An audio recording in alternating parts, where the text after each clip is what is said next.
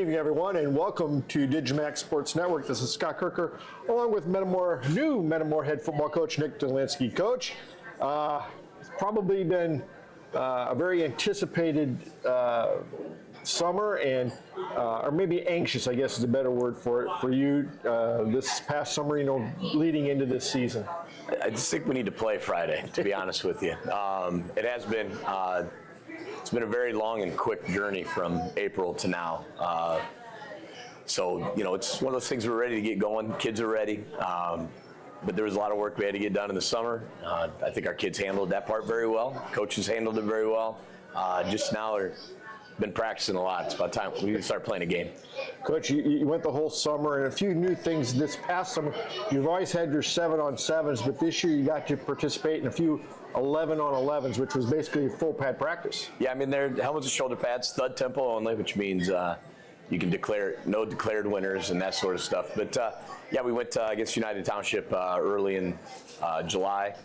We had a good work with Eureka and Coach Bachman, who's great. And then got a call from Coach Joe Ryan up in Sycamore and asked, hey, you want to come up with us in Dixon on a Wednesday right before the end of the summer? And you can't pass up that opportunity. Sycamore, one of the elite programs in the state, and just to get that opportunity was, it was really good for our program.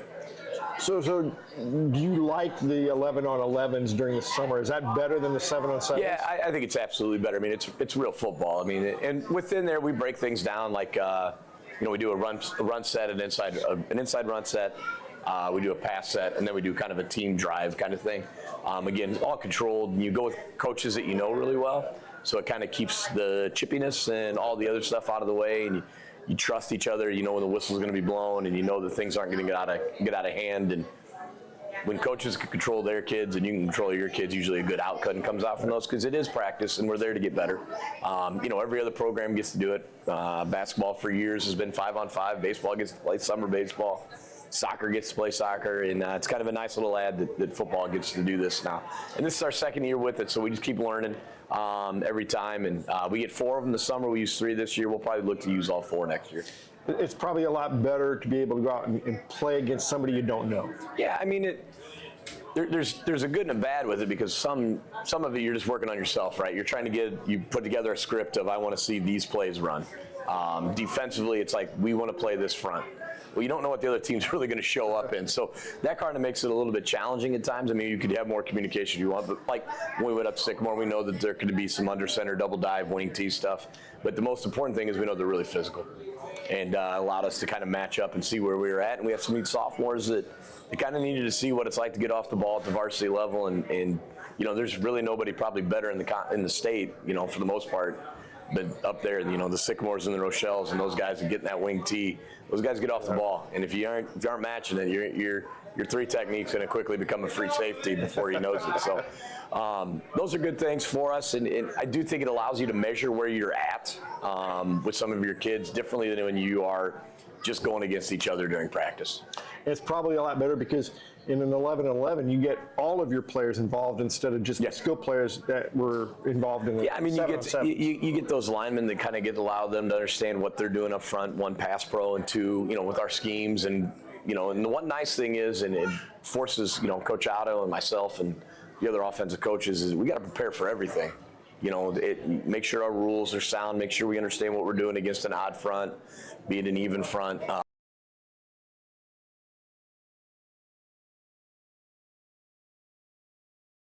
Talked about it, we get into the season now. Well, we've seen an odd front, you've seen an even front, you've seen an odd stack, you've seen an even 4-4, you've seen it over and an under front. So there's a lot to reflect back on that they can pull and like, oh yeah, I remember doing that. And then now we get a whole week though to prep for it, and that's a big deal. And you've seen a lot of different styles of play with United Township and Eureka and Rochelle and Sycamore and all those schools. You do get to see a lot of different things, and you're probably not going to see that kind of a variation during the regular season. Well, I mean, our conference isn't overly different. Washington gets into their eye stuff and under center some, but Morton's in the Dunlaps and us and Pekin.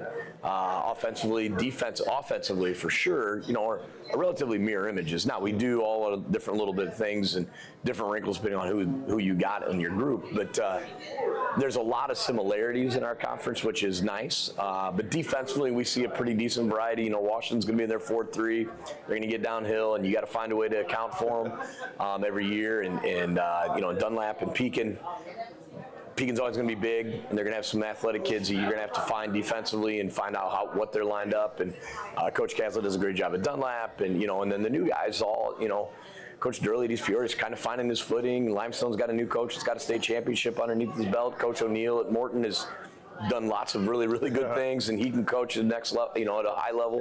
So each week is a pretty big week of preparation. You got to really work hard, but we're pretty blessed. Our conference is good, so it gives you, once you make the playoffs, you feel like you're pretty well battle tested. But that summer stuff just allows you to get ahead a little bit more and kind of find out some things about some kids, what you have to fix, what you have to work on versus, like I said, in your own practices, sometimes you overlook those things. Right, for sure. The other thing too is, this year they went from 25 contact days down to 20. Yeah. Is that a big, that's only 5 days, but that's a lot. Well, in the grand scheme of things, it's kind of a big deal. We got through it okay, I think. There were a couple days where I felt like, boy, we really would have used those extra 5 days in June. But with what we're doing at the high school and trying to, encourage those multi-sport athletes that kind of baseball and basketball take the month of June. They got a lot of weekend tournaments. The basketball does. That's their weekends. Obviously, baseball kind of works its way through for the most part. Our school baseball team, the one Coach Riddle does, we're done that last weekend before the 4th of July. So basically when we look at it, we're like, all right, we'll do our workouts and lifts and get good in June. And then July is really our month to get work done. And we've done that the last, couple of years and moved our camp into July, and it used to be the last week of June. But we got to work, man. We got to get those kids, get as many kids as we can to be multi-sport athletes and share them. And then, you make a commitment to them. Usually they make a commitment to you by allowing them. And it's not allowing, but giving them opportunities is really what it's about, to be able to do all of that. Does it, moving your camp from June to July, does that maybe help you when you get into the season in August because you had a camp more recently? Well, I think a little bit. I don't know, because even when we had our camp in late June, then we still got 4 more weeks in July where we're working. So basically, it was kind of an intro week in June, and we cleaned stuff up the rest of the summer. Now we kind of introduce everything that first couple weeks on our contact days, and then we get after in July. So the majority of our time in July are contact days, but our non-contact days, which would be lifting and running, that's when we use in June. So we make sure we use those 20. But yeah, it's just you got to use them all, I think, to get your kids ready to go. And you got to remember, and we got kids that are on vacation and that sort of stuff, so it's good. We want those kids that it's their summer still. Can they get on vacation? We just try to make sure that here's our dates. Really, really important. Let's try to find a way to get you there. And if you can't, you got to go on vacation. We understand. Yeah, and when you look at your team this year, something must be. What do you have? Like 120 kids out for football? We got 120 out, freshmen through seniors. We got 39, 40, 41 freshmen. That number's kind of fluctuated. Now the schools come in, we got to pick up a kid here and there. Picked up a couple other kids for the varsity group. Sophomore, they just decided to come out once he got into school. He's a transfer in. We got him in, and then we got a foreign exchange student from Brazil. So he showed up Monday. So we'll see how that goes. But he's going to kind of go through the rings. He, just said he wanted to play American football. His dad and his uncle were students at Metamora High School in the foreign exchange program. So his uncle, I believe, was a year older than me. I think he was a senior when I was a junior. I think he was number 33, but don't hold me to that exactly. But he remembers. It was Eduardo, but I can't remember his last name. This is Gracias, is Tiago. That's his name, but I can't remember Eduardo. But don't hold me to that either. But I think that's what it was. But I do remember we did, and we had a couple that year. So, they're one of those things. So, he goes, I'm in America, I want to try. But, and these are things that you enjoy. His uncle got to keep his helmet. Pat gave it to him, and We were sitting down there talking. I'm getting him his new helmet and to wear, and we're trying it on. And he goes, my uncle's got the OG. I'm like, the OG? He's like, yeah. It's like the original? He's like, yeah. It's red with a white bird. And then it's like, yeah. So now we got a black one with a red bird, and he's like, oh, this is cool. So when you talk about, we got some pretty cool things coming up this year for the 75 team and stuff, and we talk about how much it means. Here's a foreign exchange student that came to Metamora for a semester or whatever that year was, took his helmet home, and cared enough about our program to share it with his nephew, who's now, here at our high school. So yeah, that's cool. A pretty cool thing. Yeah, for sure. So you get ready now for this upcoming season. And we'll get into that a little bit in the second half of the show. But you've gone now through 3 weeks of practice. School started. Hell Week is not like Hell Week was when you and I played. No. No. It's quite a bit different. It's week -1 now. Okay. That's what we call it now. So when school start like the day after you started? On Monday, we started, that was our first practice. We had morning practice Tuesday, and then staff reported Tuesday afternoon for our meetings, and then Wednesday was the first day of full school for the kids. So yeah, we got 2 in the morning, which was nice because it was really hot. We got our practice in from 7 to 10, and then, then we went to school. So yeah, there was a time like people are talking about, like we used to have 3 days and 2 days and all that sort of stuff. I'm like, well, how did it work? I'm like, well, school didn't start till day 9.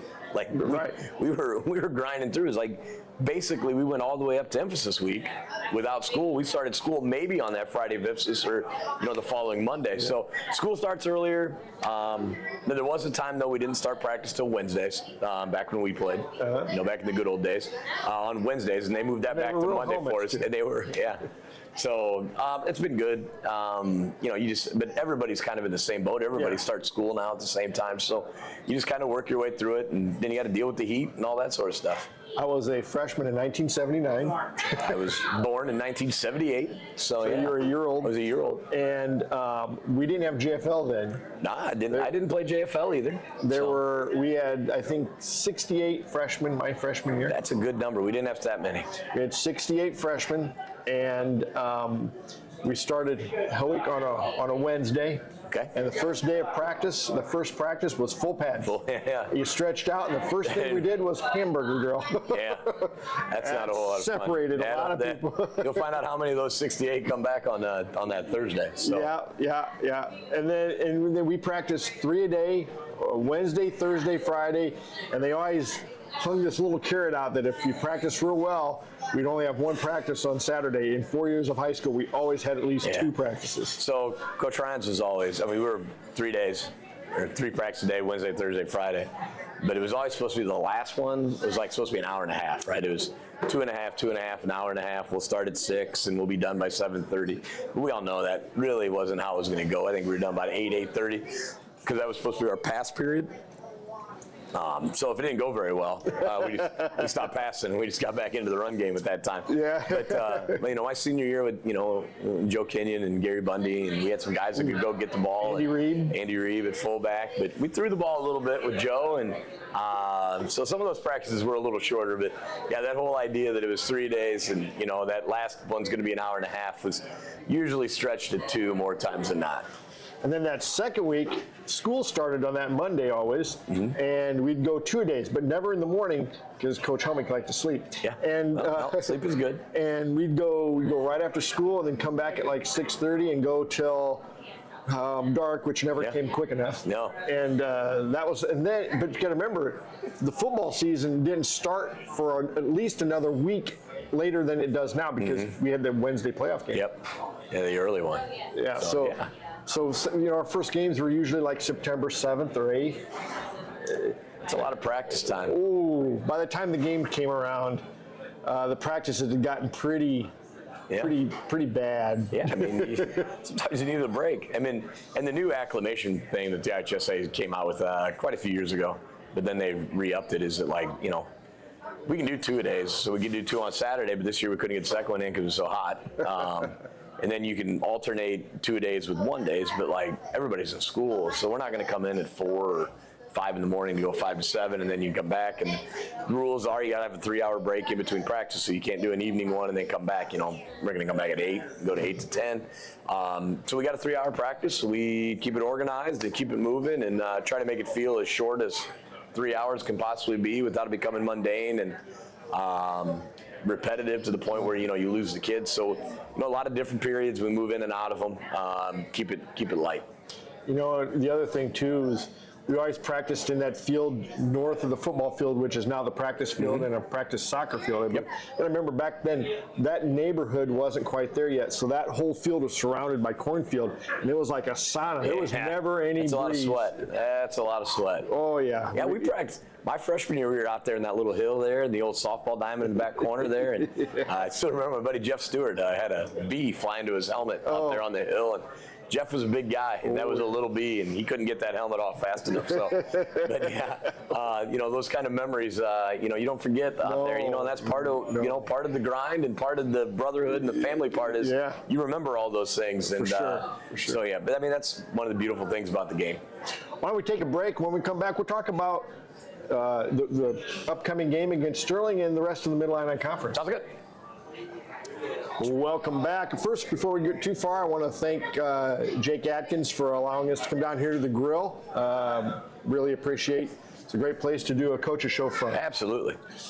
Coach, you have a pretty much a kind of a familiar foe coming up in Sterling to open up the season this year. Another even more familiar, their head coach, Johnny Schlemmer, is their head coach. Has been there for years. I think this is the 4th year in a row or 5th year in a row? I'd have to go back and look, but it's become a really good week one for both of us. Outside of the really good friendship that we have, and so that part's kind of hard because you really want to talk football a lot, and we talk football a lot, but you can't talk about too much football because we always talk about what we're doing or they're doing, and we're really secretive in the football world, so we don't want to share anything. But I mean, it's great. I love it when the game's over, to get back to who we are as friends, and we're two uber competitive guys that have really care about kids, probably care about winning, and probably care about losing way more because we probably hate to lose more than we really love to win. But yeah, Johnny's coming in, and you're going to get a hard-nosed team. You're going to have a team that's very well coached defensively and offensively. They do a really good job offensively of trying to match their scheme to their kids. They've done just about a little bit of everything, from jet to a little under center. Used to be old school wing T when he first started, when Coach King was there. And, but again, a very similar mirror team to us offensively in terms of what they're trying to do. It just comes down to personnel and what you have that year. As you've seen, our offense is never really the same every year, depending on who we got. From the Tommy Halls to Stephen Petrie, who are two totally different players. But you got to adjust and adapt to what they do to give yourself the best chance to win. And John's crew does a really good job of that. And then, but defensively, that's what they hang their hat on, and they have. I mean, last year 5 of their games they gave up 14 points or less. Every game has been, with us, has been a close grind. I mean, there's been a couple more comfortable wins and some uncomfortable losses in terms of when you think you can get in it or not. But I do think the one thing that we can look forward to is I don't think we're going to get lightninged out. Knock on wood. It's not going to be hot. It's not going to be hot. We know those things. I talked to John 2 weeks ago, and I'm like, well, just make sure what are we going to play Saturday? Because we're going to get lightning, and it's going to be actually in Washburn and Washington, and it's going to be in Roanoke, and it's going to be in Henry. But if we're going to see it, and the Thor guard's going to go off, and we're just going to sit here and wait to play. So just what time do you want to come back on Saturday is what we should probably pre-plan so you can make sure you get the buses ready to go. But I think that part's going to kind of take care of itself. And but yeah, it'll be a beautiful 77 degrees, I think, at kickoff, something like that at the height. And, it's going to feel like the middle of September. It's going to be really nice, and hopefully our kids are up to match that. How difficult is it to prepare for the first game of the year? Because you have film, but you don't have that year's. Yeah, I mean, week one's probably the most difficult and most challenging for everybody in the state. We all know that. Even when you play traditional teams that do traditional type things, it's new people every year, right? So you never know. Is it the quarterback that was a junior last year that's now a senior? Is he going to be the guy? Did they have a kid that was a freshman? A transfer. you get all those sort of things you got to go through, and you're like, well, you're counting guys that are coming back, and you're like, well, they brought back the left tackle, but is he still a left tackle? Are they going to move him to right guard? Those sort of things, and you count up all those things, and you're like, you make your best guess, right? And then you show up, and it's like, that ain't anything we expected. Like 2 years ago we showed up, and then John was in a bit of a different front than he'd shown for the most part, and it took us a while. Good thing we had the lightning delay, because it took us a while in the lightning delay to finally come to the conclusion of what we wanted to do. And then that second half, we kind of were able to kind of take control of it. And, we dealt with some cramps. They dealt with cramps. But we were able to just kind of control the clock from then on out. And Nick Rhodes had an absolute great debut and a couple of big fourth down completions and a couple touchdowns to Kendrick Shaffrin that were, really, really needed. 4th and 3 was one of the touchdowns. So, those sort of things. But it is, and I'm sure he's in the same boat that we are and trying to figure out, now granted he knows Jadon Cranford's back, which probably is driving him nuts because, Jadon's very talented. And the other part of it is when you bring back all those guys, you're going, man, that's a lot of returning minutes that you have to try to account for because they're progressing too. They're going to be a year better. Four captains? We got six. We went with 6. Stephen Petrie, and then Caleb Morrison, Riley Blue, Owen Cabell, Jadon Cranford, and Braden Bittner were voted upon by their teammates. Stephen probably had one of the largest voting turnouts we've ever had as a captain. Quarterback. Yeah, it's more than that. Stephen's is a natural-born leader. Kids gravitate towards him. He does the right thing. He says the right thing. He can challenge kids the correct way to get them going. Can pick guys up when he needs them. But yeah, everything you want a leader, Stephen Petrie has. And those other guys down the list kind of bring their own. Caleb Morrison brings a physicality, kind of that, big weight room guy. Had a great offseason in the weight room, threw up big weights, brought people through that way. Riley Blue and Owen Cabell, returning O-line guys, right guard, center. Those are guys that, they're the leader of their group, and they're the leaders of the O-line. They kind of take charge of the huddle when Stephen's getting a play call, getting things lined up. Jadon Cranford's in his 4th year, and I think I think he's taken a very mature step from last year to now, in terms of his mindset, his mental preparation, doing all the little things that are asked of him, and because he knows everybody's looking at him. And he's exciting to watch. He's pretty exciting. And then Braden Bittner's been a guy that's, a 2-year starter that, his dad played, and he just he's consistent, and he's one of those guys that's just always there, doing the right thing at the right time, very coachable. So when we got that mix of, some talkative guys, Riley Blue will talk a lot, and Stephen, and then you got some guys that are more followed by, examples. So it's a good mix. I couldn't have agreed more with, what the kids came up with, and that's exciting. And then, one thing we talked about was that we're going to look to maybe having a captain each week or every other week, or when we find a kid that has done all the work needed and shown some leadership skills during practice, that he'll be the next captain up, an honorary captain per week. And it's just one of those things, because there's a lot of kids that are great, and they're not always the guy that gets seen, and they have great practices, and they do everything that's asked of them. I do think that there's, it's not that whole everybody needs to get a reward, but when you're in the program or whatever it is, and we talk about family, and we talk about how important it is, and everybody, it's a great way to reward a kid doing all the right things. Yeah, so you have an honorary captain within the program. Within the program, yeah, that's kind of the plan, and it depends on the week. You got a guy that really stands out and does everything that's asked of him and picks teammates up and that sort of stuff. We'll reflect upon that, and as coaches, we'll kind of nominate and talk on Thursday night. And then, there might be weeks where we just don't have that guy that week, so we'll see. When you look at this year's team, what do you kind of hang your hat on? What is this team going to be a power team, finesse team? Well, I think we're probably more on the power side of things. It's what we want to do is we want to run the football. And it's not a big question of what we want to do. We want to get Jade on the ball. And then we got Steven that, can carry the rock as well as everybody else. But Keon Allen's had a really, really good summer. Vinny Rasmussen came out, came back. He's dealt with some injuries, and But, Keon's done a lot of really good things. And if Jadon's not ready to go, I fully trust that Keon's going to be able to step into his role. And between him and Vinny, depending on what we need or when we need it, both of those guys can, take some carries off Jadon's plate. And because Jadon's going to be on defense, too. I mean, he's a returning, he's a returning corner. He's a 3-year starter there.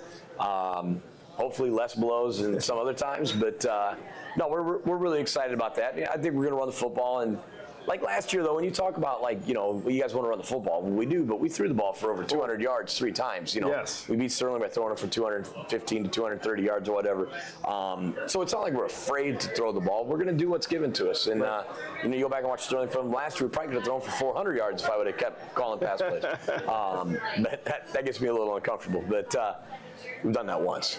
Tommy threw for 350, so that was a good day. 280 in the first day. Yeah, it was a big day. So. And you haven't even mentioned Jaden Lambert, who you've kind of brought back the fullback a little bit. Yeah, I mean, Jaden's, dealt with a knee injury last year early in the season. Got him back out. He's healthy. It was more about getting his knee healthy so he feels really good. But, yeah, he'll be in the mix a little bit as our H-back, which, Caleb Morrison will play as well. And Zeke Bavard's another one that's been a real good senior that's just kind of put his time in. He was kind of a guard last year. Undersized, we moved him to H to have a little bit of depth, and then he's really taken over kind of as the non-starter guy because Caleb's a defensive guy. Lambert's going to play some other fullback spots as well with independent formations. That gives Zeke a very solid guy that can go in there and do what he needs to. So we're excited about Zeke but Lambert he's pretty talented. He can do a lot of things. He's the bigger back of all of them, right? He's 215 pounds. He's 6'1", 6'2". He's the bruiser. And he is a bruiser, and he's been a bruiser, and he can carry the load. Had a good game against Chatham, broke some tackles, tough to bring down. So using all those guys are going to be in the mix in some way. And, are we going to get in some more 2-back sets? Because we feel really good about having 2 running backs. The nice thing about it as a coach, and Coach Otto and Coach Simmons and Coach Urban, is we got some options to look at things. And then you haven't even mentioned some of your receivers, because if you do need to throw the ball, it looks like you got some guys that can catch it. Well, I mean, we're excited about everything we've got, and part of it is just making sure that we bring them along. Jason Pickles is a junior that we've really liked. Dealt with a little bit of some injuries last year, but had a real good JV season. Couldn't quite get, Avery Grebner was our A. That's kind of a tough spot to break because Avery was really good and was able to allow us to do a lot of good off-script things offensively. We could move things around. Braden Bittner will get more wide receiver reps this year, where last year he was just a corner. And then Colin McMillan is a transfer in that gives us a bit of a spark. He's pretty electric. But him and Jason are pretty similar in terms of they got good speed, good understanding of where they need to be. It's just all about trying to find that rhythm with Steven and get them on track where they're at. But with our RPO game, we can be pretty explosive at times. And then your offensive line, still pretty young. You mentioned the 2 starters. Yeah. The other guys are pretty young. So Tyler Gray is another senior, and Jay Murphy, those 2 guys are kind of battling right now at left guard. Then Jeffrey Reyes is a sophomore left tackle, and Logan Grapp will be a sophomore at right tackle, and then their backup is a sophomore, and Jackson Backus. So we got a lot of young kids that we're really excited about. We just got to get them to grow up as quickly as possible. But that part's all exciting. And then Evan Grove, who started last year as a freshman, he's back, but he's dealing with a shoulder injury. He had surgery in the spring.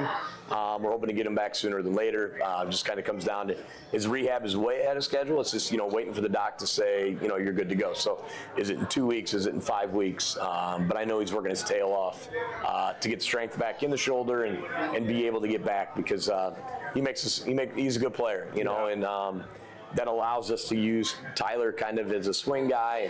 And Jay plays nose on defense, so that gives us a little bit more depth when he gets back. Yeah. And then, of course, your defense, it seems like you've got a lot of guys who are like the linebacker kind of build, and then I look for your defense to be pretty solid again. Well, we hope so. I mean, we got to stop some people, and we got to stop the run. That's the number one most important thing, so that's what we talk about. But Sam Barbarinas is a senior that's returning.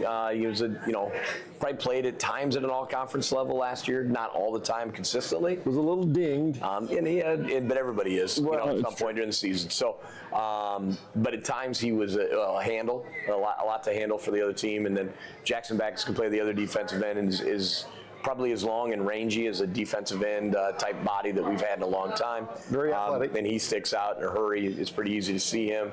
And then we'll get big inside. A.J. Yeager's a sophomore. Jay Murphy, Riley Blue, those three guys will kind of handle, some nose and some interior stuff for us. And Caleb Morrison comes back defensively. He was an inside linebacker. And then Grady Neal is another one that, started outside for us last year. So got to fill those other two linebacker spots. And then, Jadon's back at corner, Braden's back at corner. And when Steven, rotates in, it gives us another guy back there that, that's been Steven started as a sophomore at strong safety. So that gives us a couple more guys to build. And, you're hoping that you build depth in behind. Kylan McMillan's another guy that's a DB that can play. Jason Pickles, Braden Cox, who's a sophomore. It's a very talented kid that's also in the mix defensively and a little bit offensively. So are we happy about the guys on paper and their names? Absolutely. And then, Mark Ashelman's a guy that we think has a real bright future, but he's a sophomore. So we got to make sure that he understands his role. And they get a real good growing up last week at Chatham and understanding reading keys and understanding what you have to do when you read your key and then react. But there's some guys that we really have a chance, I think, to be really good football players. We just got to keep with them and understand sometimes those young guys are going to make a few mistakes and let them grow up. Just hopefully they're not too big of mistakes. When you look at the Mid-Illini Conference, you have Washington, and I'm not going to say there's another level after, but you got to knock off the bully. And Washington is, let's face it, they're the bully of the Mid-Illini Conference football-wise. There's no doubt. They're the top of the conference and have been now for how many ever years it is, except for the 1 year. When Pekin knocked them off, and then the 1 year Pekin tied for the conference championship. But recently it's taken a pretty special crew to beat Washington right now. And Pekin brings a lot back. Joel Starr has them winning the conference at 9-0, and those are things that they got their quarterbacks back, and Dylan Anderson's an electric football player as well. So they got pieces, they're going to be big. So that's good. Those are what they have coming back, puts you in. Last year we really struggled in the first half. We've got a couple onside kicks in the second half. We put up 2 quick scores. And then we were right back in, and we put the ball on the ground, unfortunately. And a lot of that had to do with, still not having Steven back, with the injury, and Avery played great. But you never know when that mesh is going to be the wrong mesh. And wasn't anything that either of those guys did. It just happened to be the wrong fumble at the wrong time. And I don't know if we're going to go score on that drive or not, but I'd rather have the ball and go find out if we're going to or not than turn the ball over. So that one's good. And you look at it, one score game there. Morton's basically a one-score game, the whole game. Dunlap ends up being a one-score loss. We got the ball trying to go down and score. We're down and we get the sack and they return it. We're still within one score. Touchdown and 2-point conversion. We tie that bad boy up, and so those sort of things. When you look at those teams, and we're pretty similar. And it's all about trying to fight. And then if we can find a way to knock off Washington, then all of a sudden it's like the chink in the armor, and then everybody else thinks that maybe I can go get them. Now we get the first shot at them, right? Yep. Week 3. So we got to take care of our week 1s and week 2, and then see what happens. But we all know Washington is the cream of the crop right now, and you got to find a way to beat them until they can come back down. So it's and I think this is. When I look at this year's Mid-Illini Conference, and I've always thought, you've had a couple teams at the top, and then the rest of the conference kind of filled in. I think this is the best the Mid-Illini has been in a long time. Well, I do think that there's some quality depth from top to bottom, even at least coaches-wise, for sure. And not that I'm saying that there was ever bad coaches in the conference. I'm not saying that, but some of the pedigree now of, that are coming into the conference, and, and a Durley and a Bielema, Limestone now, you want to state championship. And, and of course, Coach Stevens and Caslett and O'Neill and Coach Nutter have been doing it for a long time. And Adam's new, but he's done it a long time and had success at every one of his stops. So I think that part, I do think preparation each week is really hard, because you got to make sure, and everybody does a great job. There's no real gimmies in terms of preparation, no matter who you're coaching against. Each week's a serious week that we got to take. But I do think maybe we can close the gap on Washington a little bit. You say that every year. They graduate, 14 of 22 starters or whatever it is, and then you list that list, and then you show up to play them, and they all still look the same. Names change. Yes, the names change. Sometimes the number doesn't, just the name. But Everybody's got their work cut out for them, and I think every coach in our conference works really hard to make sure that they put out the best product every Friday night. Coach, we'll give you one more question here, and we'll let you get going here. But biggest surprise this year up to this point, what's your biggest surprise as a head coach at Metamora? How many emails I get? It's a lot of emails. It's a lot of emails and messages. That's the biggest surprise. Football-wise, I think the biggest surprise is how much growth we've seen in our young kids. And I'm not surprised at how our older kids have brought those guys along. But the Ashlemans, the Reyes, the Grapps, the Braden Coxes, they're sophomores jumping into big-time football. I mean, it's going to be big-time football on Friday night. And we're hoping that it's not too big for them right away. But, I mean, that's probably been the most pleasant surprise in terms of a group continuing to grow and get better.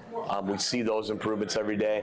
Individual players, we expect a lot out of our kids. We talk about the standard of being smart, tough, reliable, and what it means to play Metamora football, and what it takes to go from your freshman year to your senior year. You can look at all those seniors and go, that's what they're supposed to do. Yeah. You know what I mean? That if they're Metamora football players. You got the smaller kids that keep growing, they just keep staying with it, and they put on 50 pounds, and all of a sudden, they might have been a second string freshman, but now they're competing as a senior for a starting role, like a Zeke Brevard. And then you've got those guys that have always been a starter, but they don't sit on their laurels and say, I've always been a starter. They're in the weight room. They make sure they're doing the right thing. They understand that my role now is to be a senior leader.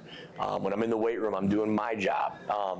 We talked about that this week after the Chatham scrimmage last week. It's about being disciplined, disciplined, and doing your job.